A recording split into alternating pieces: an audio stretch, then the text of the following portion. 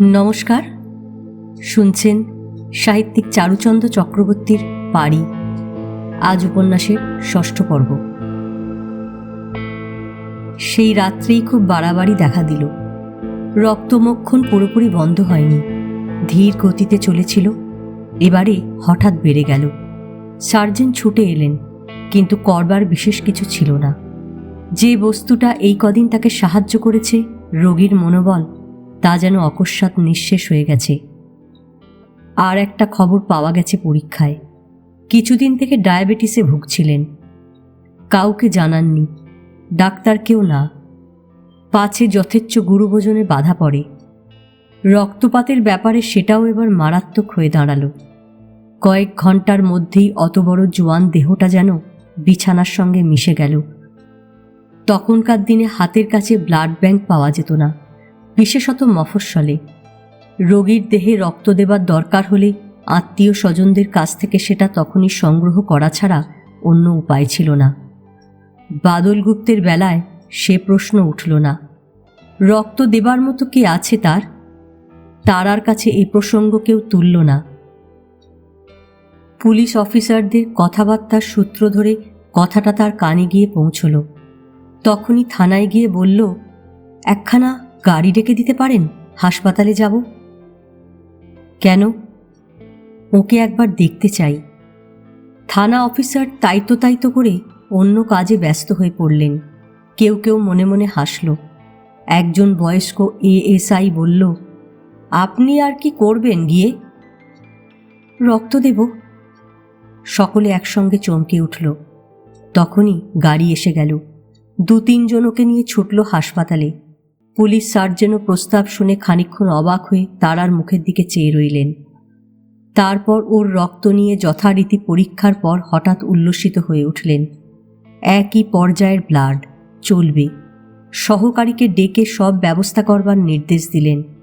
তার আগে একবার রোগীর বিছানার পাশে গিয়ে দাঁড়ালো তারা। চেতনা নেই, শক্তিও নেই, তবু জড়িয়ে জড়িয়ে একটিমাত্র শব্দ উচ্চারণ করে চলেছে।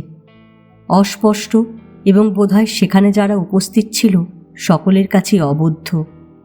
কিন্তু তারা বুঝল, ঘুমের মধ্যেও অনেকদিন শুনেছে সে, এ শব্দ যে তার অদৃষ্টের সঙ্গে জড়িত। মদ, মদ লেয়াও। তারাকে পাশের ঘরে নিয়ে যাওয়া হলো। রক্ত দিতে হবে, সেই জন্যেই সে ছুটে এসেছে। কেউ তাকে বলেনি, কেউ চায়নি, নিজের থেকেই এসেছে। কেন তা সে জানে না। রক্তকে তার বড় ভয়। এই সেদিনও বঁটি বা জাঁতির মুখে আঙুল লেগে সামান্য ২-১ ফোঁটা রক্ত পড়লেই সে চোখে অন্ধকার দেখত। আজ শিশি ভরে রক্ত দিতে হবে। মাথাটা একবার ঘুরে উঠল, বুকের ভিতরটা কেঁপে উঠল। তারপর ধীর পায়ে সোজা এগিয়ে গিয়ে হাত বাড়িয়ে দিল। ডাক্তারের কথা মতো চোখ বুজে শুয়েছিল, এটুকু মনে আছে। আর মনে পড়ে আলোর সীমানা পার করিয়ে কে যেন তাকে কোনো অতলস্পর্শী অন্ধকারের মধ্যে নামিয়ে নিয়ে চলেছে। চারদিকে আর কিছু নেই, শুধু চাপ চাপ অন্ধকার। তারপর কখন একসময় সে কোথায় যেন হারিয়ে গেল, আর কিছু মনে নেই। কতক্ষণ এমন করে পড়েছিল বুঝতে পারেনি। যখন জ্ঞান ফিরে এলো, চোখ মেলে দেখে কাছে একজন নার্স। বলছে, এই ওষুধটা খেয়ে ফেলুন তো, হাঁ করুন। তারা মুখ খুলতেই গেলাসটা গলায় ঢেলে দিতে দিতে বলেছিল, আপনি ব্লাড দিতে এলেন কেন? আপনার শরীর তো তেমন সুস্থ নয়। একটু গলা নামিয়ে নিজের মনে বিড়বিড় করে বলেছিল, মেজর ঘোষই বা রাজি হলেন কেমন করে? তারা জিজ্ঞাসা করল, ওই ঘরে যে পেশেন্টকে রক্ত দেবার কথা ছিল দেওয়া হয়েছে জানেন? হয়েছে। কেমন আছেন? অনেকটা ভালো, জ্ঞান ফিরে এসেছে। আপনি ওই খাবারটুকু খেয়ে নিন। বলে পাশের টুলে একখানা ট্রের উপরে সাজানো চায়ের পট, টোস্ট, ডিম ইত্যাদি দেখিয়ে দিল নার্স। আমার খিদে নেই ভাই, কিছু খেতে পারবো না। তাই কখনো হয়? না খেলে উঠতেই পারবেন না? আমি এবার যাব। সে কি, কোথায় যাবেন? তারা জবাব দিল না। ধীরে ধীরে উঠে দাঁড়ালো। তখনও মাথা ঘুরছে। টলতে টলতে বেরিয়ে চলে গেল পাশের ঘরের বারান্দা দিয়ে। যেতে যেতে হঠাৎ একবার থমকে দাঁড়ালো। বাদলের বেডখানা দেখা যায়। জ্ঞান ফিরে এসেছে, জোরে জোরে কাকে যেন কি বলছেন, স্বর অনেকখানি স্পষ্ট। একবার তাকিয়েই পা চালিয়ে রাস্তার দিকে এগিয়ে গেল। কয়েক ঘন্টা পরে থানা থেকে একজন এএসআই গিয়ে কড়া নাড়ল তারার দরজায়। খুলে দিতেই বলল, উনি মারা গেছেন, এইমাত্র খবর এলো। বড় সাহেব জানতে চাইছেন আপনি কি যাবেন একবার? না। সেই গভীর রাত্রির দুর্ঘটনার পর আহত বাদল গুপ্তকে হাসপাতালে পাঠিয়ে ভারপ্রাপ্ত থানা অফিসার প্রাথমিক তদন্তের উদ্দেশ্যে যখন ওর কাছে ফিরলেন, তারা হুবহু যা ঘটেছে সবটাই খুলে বলেছিল, কোনো কথাই গোপন করেনি। স্বামীর সঙ্গে কথা কাটাকাটির অংশটা সবখানি না বললেও কি করে ধাপে ধাপে শেষ পর্যন্ত চরম অবস্থা দেখা দিল, ঘটনাস্থলে দাঁড়িয়ে তারও একটা আনুপূর্বিক বর্ণনা দিয়েছিল। নিজেকে কোনো স্তরে বাঁচাবার চেষ্টা তো করেইনি, বরং প্রতিপক্ষের ওপর দোষারোপ যথাসম্ভব এড়াবার চেষ্টা করেছিল। ওসি ওকে থানায় ডেকে নিয়ে বিবৃতিটা লিখে নিলেন। তার আগেই পুলিশ সাহেবকে খবর পাঠিয়েছিলেন। তার জিজ্ঞাসাবাদের উত্তরেও তারা ওই একই কথা প্রকাশ করেছিল। সে রাত্রে তারাকে থানা হাজতেই রেখে দেওয়া হলো। একজন ঝি রইল কাছে, কখন কি দরকার হয় সেই জন্যে। যাকে গ্রেপ্তার বলে তা ঠিক করা হয়নি, অনেকটা নজরবন্দি করে রাখা, কিংবা হয়তো ওর নিজের নিরাপত্তার দিকটা বিবেচনা করেই ওই ব্যবস্থা করেছিলেন কর্তৃপক্ষ। ওই রকম মানসিক অবস্থায় একা বাড়িতে ফেলে রাখা উচিত মনে করেননি।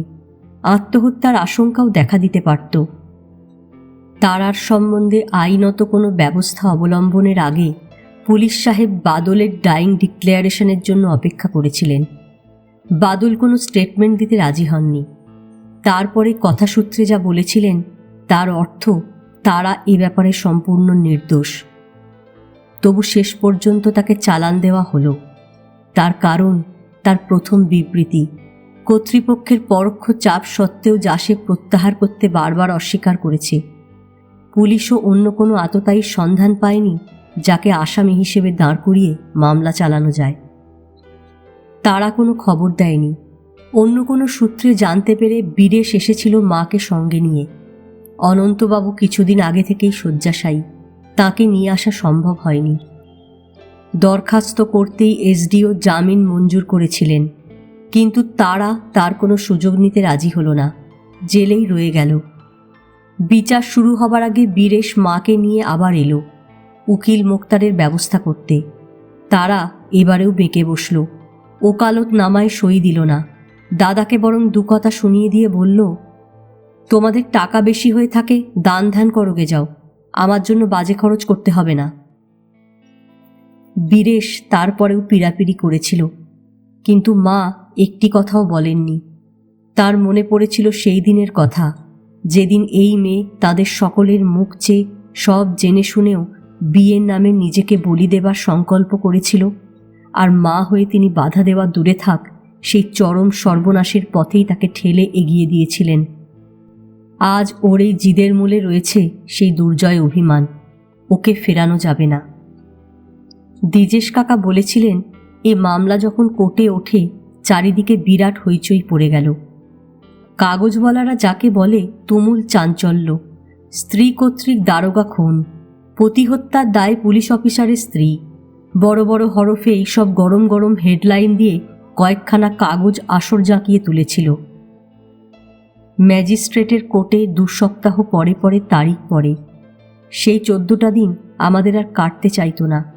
খুঁটিয়ে খুঁটিয়ে পড়তাম মামলার বিবরণ। একটা জিনিস লক্ষ্য করেছি, পুলিশ তেমন গা করছে না। একজন ভালো উকিল থাকলে আসামি নির্ঘাত খালাস হয়ে যেত। আমি তর্ক তুললাম, কিন্তু ও যে গোড়াতেই দোষ কবুল করে বসেছিল। করলই বা, পুলিশের কাছে কনফেশন, আইনের চোখে তার কোনো মূল্য নেই। ইট ইজ নো এভিডেন্স, বরং কনফেশনের সমর্থনে আর কোনো সাক্ষী নেই। ছেড়ে দেবার পক্ষে এইটাই তো সবচেয়ে বড় যুক্তি। কিন্তু ছাড়া যে সে চায়নি, সে মেয়ে তো সে নয়। বলতে বলতে কেমন একটা উদাস সুর লেগেছিল দ্বিজেশ কাকার শেষ কথাগুলোয়। কিছুক্ষণ আর কোনো কথা বলেননি। আমি বলেছিলাম, যাই হোক, শাস্তিটা বড্ড বেশি হয়েছিল মনে হয়। বলতে গেলে আসলে একটা অ্যাক্সিডেন্ট। খুন করার মতলব তো ছিল না, তার জন্য 7 বছর। দ্বিজেশ কাকা হেসে ফেললেন। ভুলে যাও কেন, জজ সাহেবও মানুষ এবং প্রবীণ মানুষ। তোমাদের এই আধুনিক দৃষ্টিভঙ্গি তার কাছে আশা করা যায় না। যদিও আইনের চোখে স্ত্রী পুরুষে কোনো তফাৎ নেই, তবু একজন পুরুষকে খুনির রোলে দেখে মনে মনে আমরা যতটা আঘাত পাই, একজন স্ত্রীলোককে দেখলে নিশ্চয়ই তার চেয়ে অনেক বেশি বিচলিত হয়ে পড়ি। বহু পুরুষের সংস্কারে বাধে।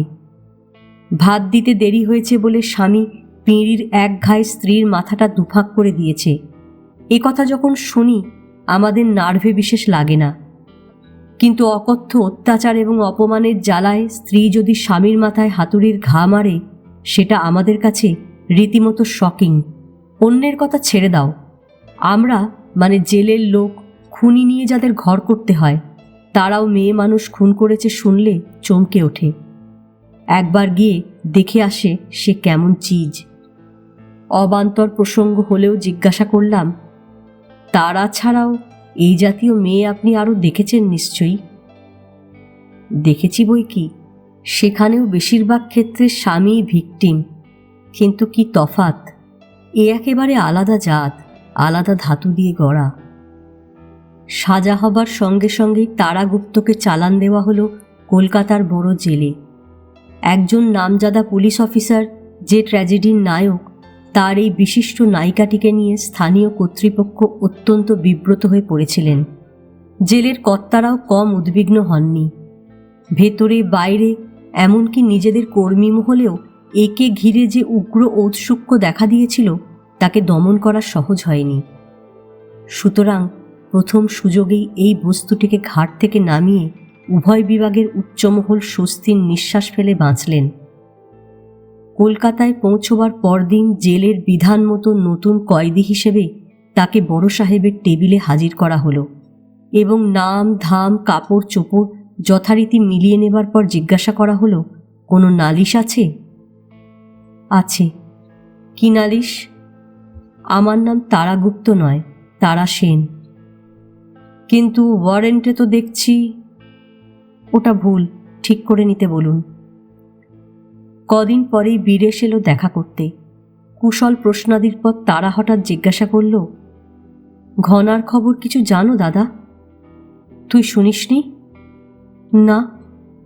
কি মনে করে বীরেশ একটু থামল, তারপর বলল, সে আন্দামানে চলে গেছে। আন্দামানে? হ্যাঁ, যাবজ্জীবন দ্বীপান্তর। তারপরেই কেমন অন্যমনস্ক হয়ে পড়েছিল তারা। দাদার সঙ্গে আর কোনো কথা হয়নি। তারা সেনের কাহিনী যখন শেষ হলো, দ্বিজেশ কাকা সেদিন আর সঙ্গে সঙ্গে উঠে পড়েননি। নিঃশব্দে চেয়ে রইলেন তাঁর বাড়ির সামনে সেই লম্বা দেবদারু গাছটার মাথার উপর।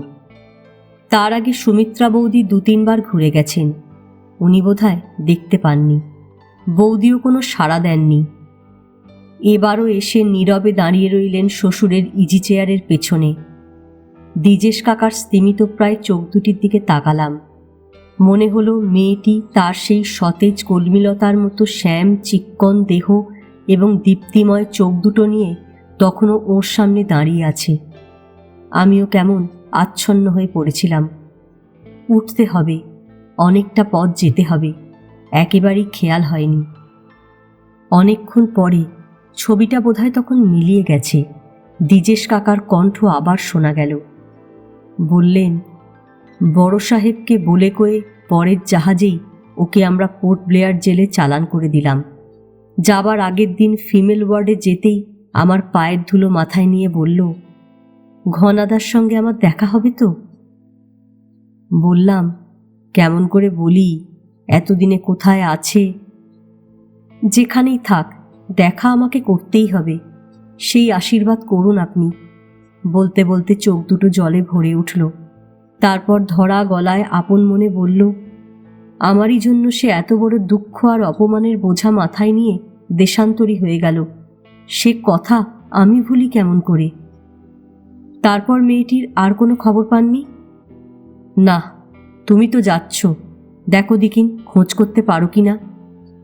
কতকাল হয়ে গেল, যদি দেখা পাও আমার কথা বলো, আর পারো তো একখানা পোস্টকার্ড লিখে জানিয়ে দিও মেয়েটা কেমন আছে। মাথা নেড়ে বললাম, নিশ্চয়ই জানাবো। মাস 2 লেগে গেল উদ্বাস্তু দপ্তরের তোড়জোড় শেষ করতে। তারপর একদিন 50টি ছিন্নমূল পরিবার নিয়ে দ্বীপান্তরের দেশে যাত্রা করলেন মহারাজা। চাঁদপাল ঘাটে যেন উৎসব লেগে গেল। পুনর্বাসন মন্ত্রী স্বয়ং উপস্থিত তাঁর সাঙ্গপাঙ্গ নিয়ে। যাত্রীদের কাছে ঘুরে ঘুরে সাহস দিলেন, বিদায়ের আগে তাদের হাতে দিলেন নববস্ত্র। নিছক সরকারি খয়রাত নয়, শুভযাত্রার মাঙ্গলিক। ওরা ঘন ঘন চোখ মুছতে লাগল। শুধু মেয়েরা নয়, কথায় কথায় যাদের চোখে জল আসে তাদের পুরুষ সঙ্গীরাও। আশ্চর্য কোমল এই স্যাঁতস্যাঁতে শ্যামল দেশের লোকগুলো একটুখানি স্নেহের তাপে গলে যায়, একটুখানি সংবেদন ভুলিয়ে দেয় আজীবন বেদনার জ্বালা। এরাও ভুলে গেল সব। এই মুহূর্তে মন থেকে মুছে গেল ক্যাম্পে, কলোনিতে, স্টেশনের প্ল্যাটফর্মে, অনাবৃত রাজপথে দিনের পর দিন বইতে হয়েছে কি দুঃসহ দুঃখ আর দারিদ্র্যের বোঝা। সইতে হয়েছে সরকারি অফিসারের কত রূঢ়তা, মূঢ়তা আর অপমান। চারদিকে গিজগিজ করছে বড় বড় কাগজের রিপোর্টার আর ফটোগ্রাফারের দল। মিনিটে মিনিটে চমক দিচ্ছে ক্যামেরা। এতদিন যারা ছিল অজ্ঞাত, অবহেলিত, কোন জাদু মন্ত্র বলে হঠাৎ এই মুহূর্তে তারা প্রসিদ্ধ হয়ে উঠল। চাষি, তাঁতি, জেলে, কামার, কুমোরের ইন্টারভিউ নিতে ছুটে এলেন মহা সাংবাদিক। আমরা পড়লাম ফাঁপড়ে। সাজিয়ে গুছিয়ে এমন কি বলতে পারি যা খবরের কাগজে ছাপা হবার যোগ্য? নিজের মনের কথা নিজেরাই কি জানি? আজ আমাদের এক চোখে আশার আলো, আরেক চোখে আশঙ্কার ছায়া। ঘরের বাইরে যারা পা দেয়নি কোনোদিন, শুধু অদৃষ্টের তাড়নায় ঘর ছাড়া, আজ তাদেরই কাছে এলো মহাসমুদ্র পাড়ি দেবার ডাক। সাড়া তো দিলাম। অজানার ওপারে কি জানি কি নিয়ে দাঁড়িয়ে আছেন ভাগ্যদেবী। আত্মীয় বন্ধুদের সঙ্গে দেখাশোনার পর্ব শেষ হলো। বিদায় নিয়ে জাহাজে উঠতে যাব।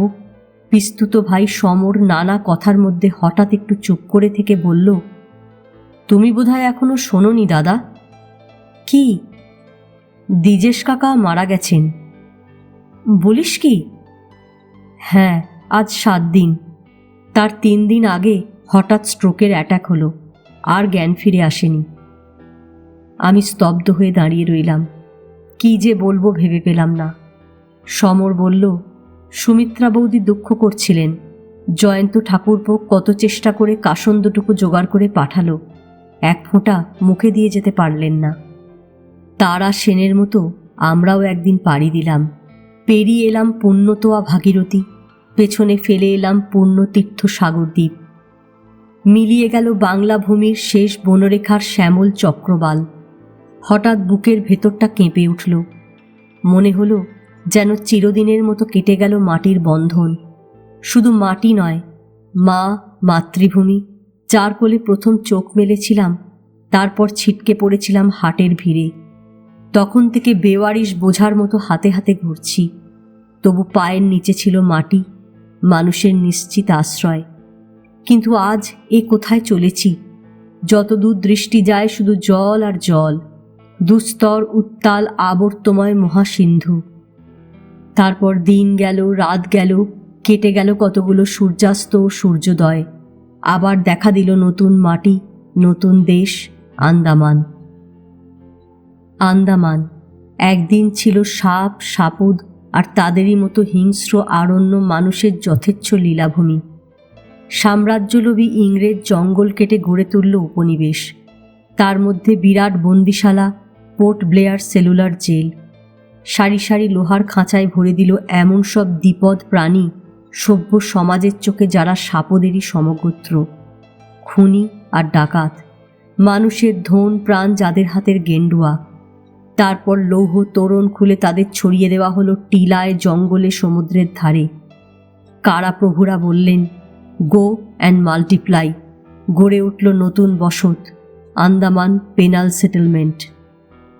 কালক্রমে সে জেলও একদিন ভেঙে গেল। দূর থেকে চোখে পড়ল সেই উদ্ধত প্রাচীরের ভগ্নাবশেষ। মনের ভিতরটা হঠাৎ জ্বালা করে উঠল। ওরই কোনোখানে কুৎসিত গড়াত দেওয়া শ্বাসরোধী অন্ধকার খুপড়ির বিষাক্ত বাতাসে তিলে তিলে ক্ষয়ের পথে এগিয়ে গেছে কত অমূল্য জীবন।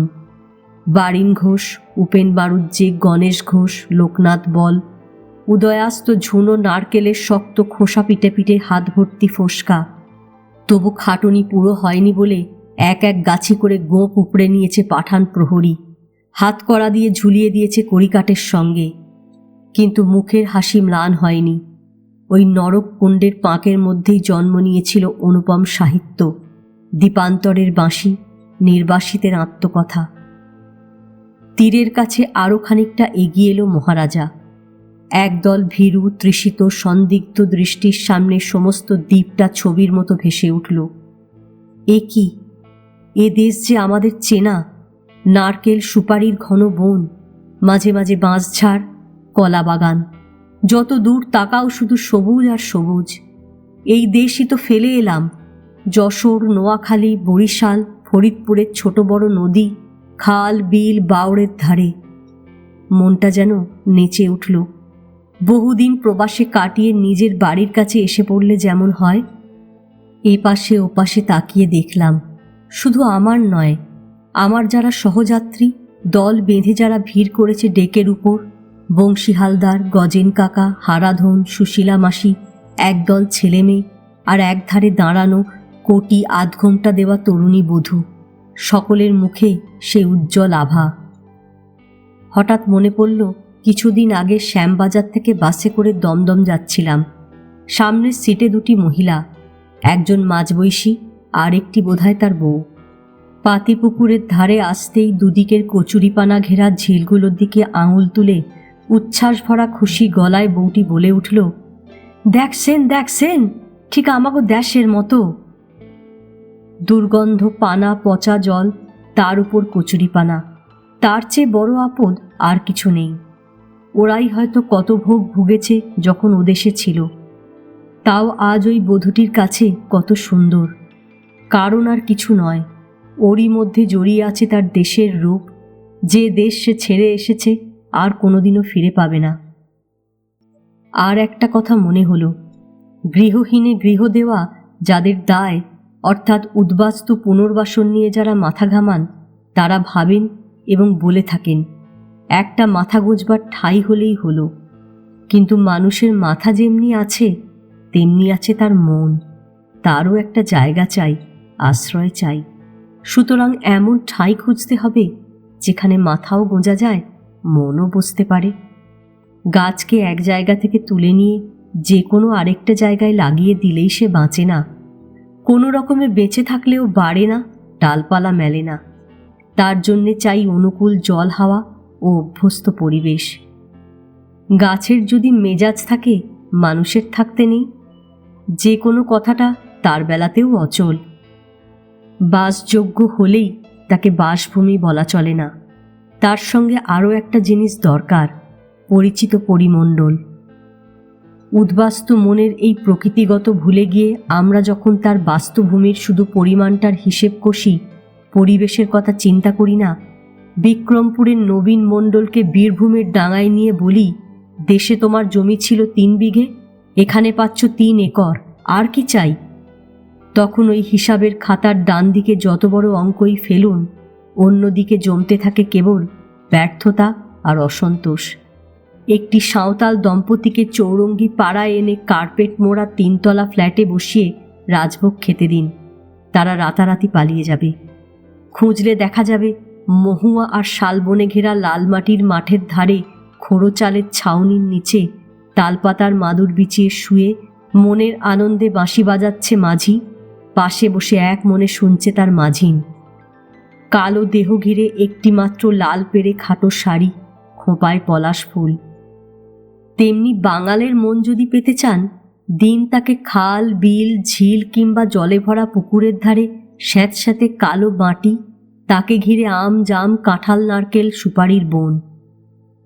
মহারাজার ডেকে দাঁড়িয়েই আন্দামানের সঙ্গে আমাদের মন দেওয়া নেওয়া হয়ে গেল, যাকে বলে লাভ অ্যাট ফার্স্ট সাইট।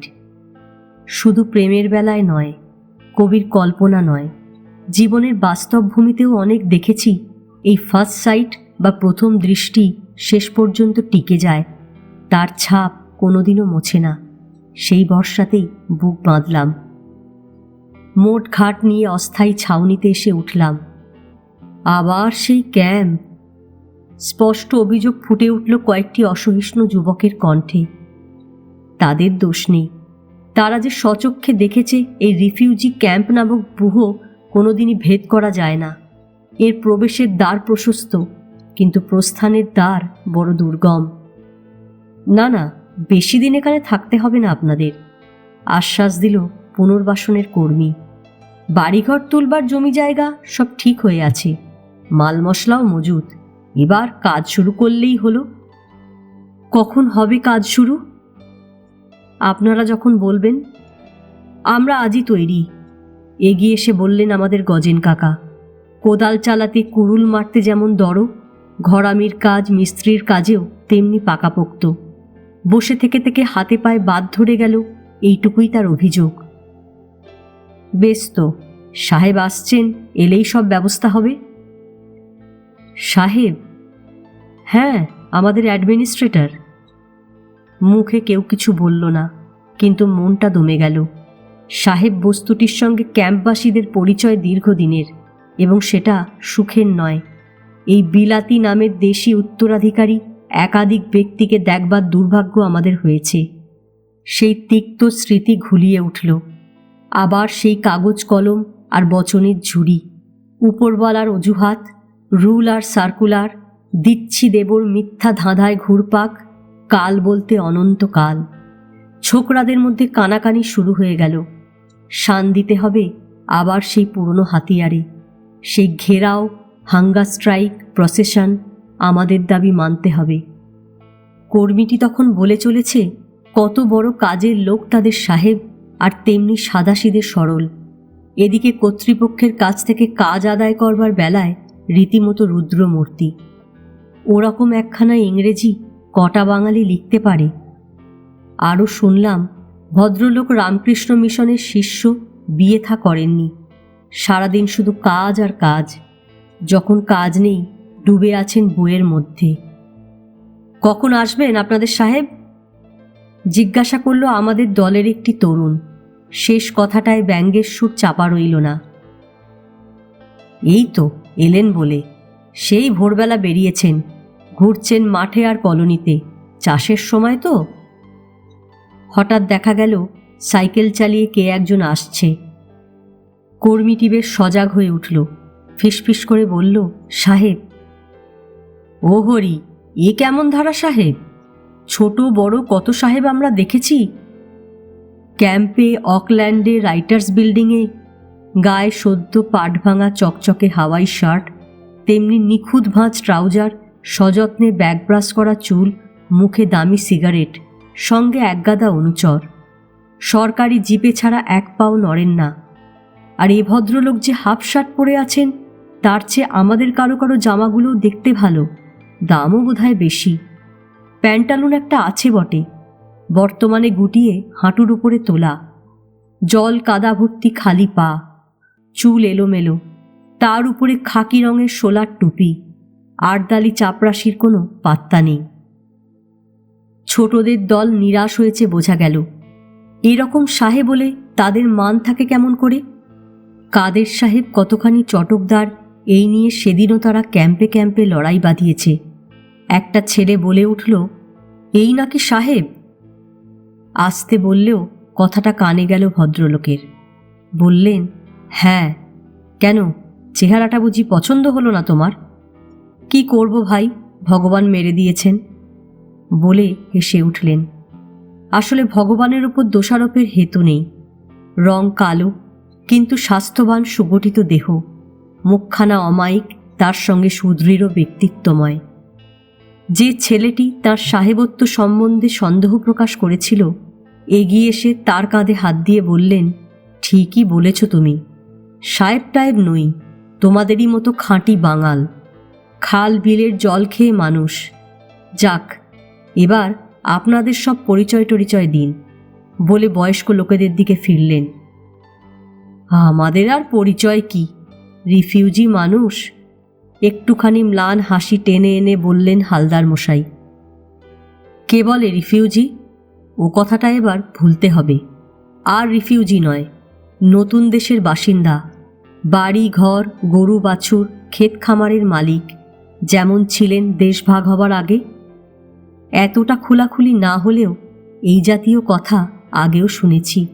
শুনেই মনে হতো বক্তৃতা, স্তোক বাক্য।